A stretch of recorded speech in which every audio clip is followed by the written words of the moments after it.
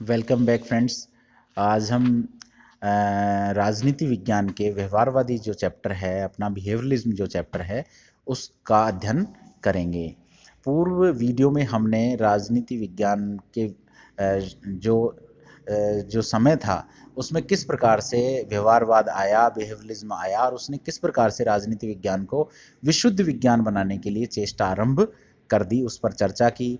हमने उसके प्रमुख लक्षणों को समझा। हमने देखा किस प्रकार से व्यवहारवादी बौद्धिक आधारशिलाओं के माध्यम से 8 वो पॉइंट बताते हैं जिन पर व्यवहारवाद खड़ा हुआ है। और उसी कड़ी में हम छोटा सा पहले तो ब्रीफ जो जो हमारी जो चर्चा है वो तो करेंगे व्यवहारवाद के उदय के कारणों पर। फिर उसके बाद हम व्यवहारवाद का आलोचनात्मक परीक्षण करेंगे। पूर्व में हमने आशय भी पढ़ लिया, सब कुछ पढ़ लिया, यहाँ हमें आलोचना पढ़नी है। तो सबसे पहले हम देखेंगे कि व्यवहारवाद क्यों उदित हुआ और ऐसे क्या कारण थे जिसके कारण व्यवहारवाद राजनीति विज्ञान के पटल पर आया। तो हम देखेंगे राजनीति विज्ञान में व्यवहारवाद द्वितीय विश्व युद्ध के पश्चात आया और इस पद्धति को विकसित करने का श्रेय अमेरिकी राजनीति वैज्ञानिकों, विशेषकर शिकागो स्कूल को, शिकागो जो विश्वविद्यालय है, शिकागो जो स्कूल है, उसको इसका श्रेय जाता है। वहाँ के जो राज वैज्ञानिक थे, चार्ल्स ई मेरियम को मान लो आप, डेविड ईस्टन को मान लो, और हम उसमें अन्य नाम भी जोड़ देते हैं जैसे कि आर्थर बेंटले हैं। ये सारे व्यवहारवादी विचारक हैं जिन्होंने व्यवहारवाद को आगे बढ़ाने के लिए प्रयास किया। इसके उदय के कारण में हम देखते हैं कि राजनीति जो शास्त्रियों का परंपरागत अध्ययन पद्धतियों के प्रति असंतोष बढ़ गया था। और वो असंतोष बढ़ने का मेन कारण था कि सेकेंड वर्ल्ड वार के बाद पूरे विश्व ने सोचा कि अब इस प्रकार की नीतियां बनेंगी या इस प्रकार से अध्ययन होगा जिससे सेकेंड वर्ल्ड वार व्यक्ति नहीं करेगा, क्योंकि मनुष्य को सबसे ज़्यादा विवेकशील और बुद्धिशील प्राणी माना गया है।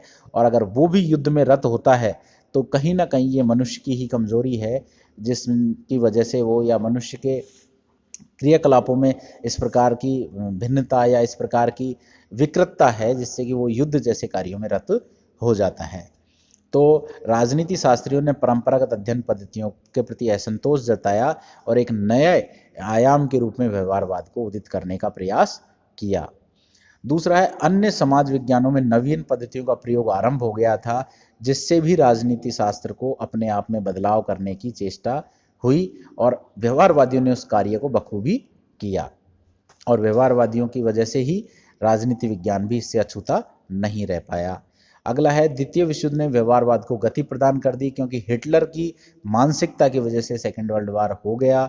और क्या हुआ, राजनीति शास्त्रियों को लगा कि मनुष्य के व्यवहार का अध्ययन करना बेहद आवश्यक हो गया है जिससे कि ये पता लग सके कि किस समय पे कौन सा राज्य अध्यक्ष इस प्रकार की नीति अपना रहा है जो विश्व को अगले विश्व युद्ध के लिए मुंह पर लाकर खड़ा कर देगा। अब हम देखते हैं व्यवहारवादी उपागम की आलोचनाएं। हमने पूर्व में सभी चीजों पर प्रकाश डाला, आज अब हम देखेंगे किस प्रकार से इसकी आलोचना हो सकती है। व्यवहारवादी आंदोलन ने राजनीति विज्ञान को एक नई दिशा देने का प्रयत्न किया, किंतु वास्तव में यह उन अपेक्षाओं पर खरा नहीं उतर पाया जैसी अपेक्षा इनसे लगाई गई थी। जिस प्रेरणा से यह आंदोलन प्रारंभ हुआ, और उस कार्य को ये करने में पूर्ण तो नहीं कह सकते, लेकिन कहीं ना कहीं इसमें कई सारी कमियों की वजह से ये विफल हो गया। और इसकी विफलता की वजह से ही डेविड ईस्टन ने इसके नए रूप को मान्यता प्रदान की और इसका नया रूप पोस्ट बिहेवियरलिज्म या उत्तर व्यवहारवाद के रूप में जाना जाता है। और उत्तर व्यवहारवाद कोई नया आंदोलन नहीं था, वो इसका विरोध आंदोलन नहीं था व्यवहारवाद का, वो इसका अगला चरण था या इसमें सुधार का एक चरण था। किसमें? व्यवहारवाद में। तो इसमें कुछ कमियां थी जिसी कारण से खुद डेविड ईस्टन जो इसके प्रणेता थे उन्होंने पोस्ट बिहेवियरलिज्म को अपनाया। तो व्यवहारवाद के आलोचकों में हम सबसे ऊपर जिसका नाम रखते हैं उनका नाम है मलफोर्ड क्यू के सिबली। मलफोर्ड क्यू सिबली का नाम प्रमुख है और प्रोफेसर सिबली साहब ने व्यवहारवाद की सीमाओं का उल्लेख अपने लेख द लिमिटेशंस ऑफ बिहेवियरलिज्म में किया है, यानी व्यवहारवाद की सीमाएं। अब इसमें पॉइंट हम देखेंगे, राजनीति यथार्थ की अपनी विशेषताएं जिसमें समानताएं खोजकर अत्यधिक समानताएं खोजना अत्यधिक दुष्कर है। यानी कि राजनीति को यथार्थ पर जो प्रत्येक चीज में समानता खोजने की जो प्रयास किए जा रहे थे वो कहीं ना कहीं दुष्कर कार्य था। व्यवहारवादी अध्ययन पद्धति अत्यधिक बल देती है किस पर? राजनीति विज्ञान की विषय वस्तु पर, तथ्यों पर, वो भी पूर्णतः दुष्कर कार्य आप मान सकते हो। व्यवहारवादी राजनीति वैज्ञानिकों की जिद की वजह से क्या हुआ कि ये यथार्थ में तो नहीं रह पाए और कल्पना लोक में अधिक पहुंच गए, जिससे इनका राजनीतिक यथार्थ से नाता टूट गया। व्यवहारवाद का सबसे महत्वपूर्ण दोष है उसकी मूल्य निरपेक्षता, क्योंकि प्रत्येक व्यक्ति अपने अनुभव से कहीं ना कहीं प्रभावित रहता है और उनसे बचा नहीं जा सकता शोध करते समय। तो शोध में मूल्यों को बिल्कुल पृथक करना इनकी सबसे बड़ी भूल रही।